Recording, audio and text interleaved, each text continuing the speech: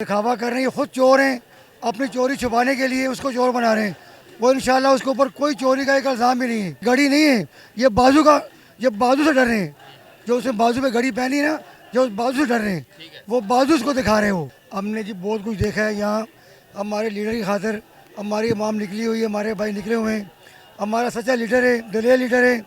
और ये मरीम का पापा चोर है, इसका चाचा भी चोर है, और मूछों वाला राना सनावला ये भी चोर है। इंशाल्लाह हम इमरान खान के साथ हैं और इनको मुस्लिम लीग नून वाले को चोरों को भरपूर शिकस्त देंगे और 2-2 से हम जीतेंगे इंशाल्लाह। सर वो चोर, अगर आप कह रहे हैं कि वो सारे चोर हैं, चोर होके इमरान खान साहब पे इल्ज़ाम क्यों लगा रहे हैं चोरी का?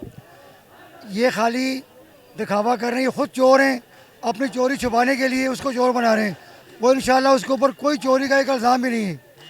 ये खुद चोर हैं, घड़ी चोर हैं, गाड़ी चोर हैं, इन्होंने क्या कुछ नहीं छुपाया। अपनी चोरी छुपाने के लिए एक घड़ी का बहाना कर रहे हैं। ये घड़ी नहीं है, ये बाजू से डर रहे हैं। जो उसने बाजू पे घड़ी पहनी ना, जो उस बाजू से डर रहे हैं, वो बाजू उसको दिखा रहे हो।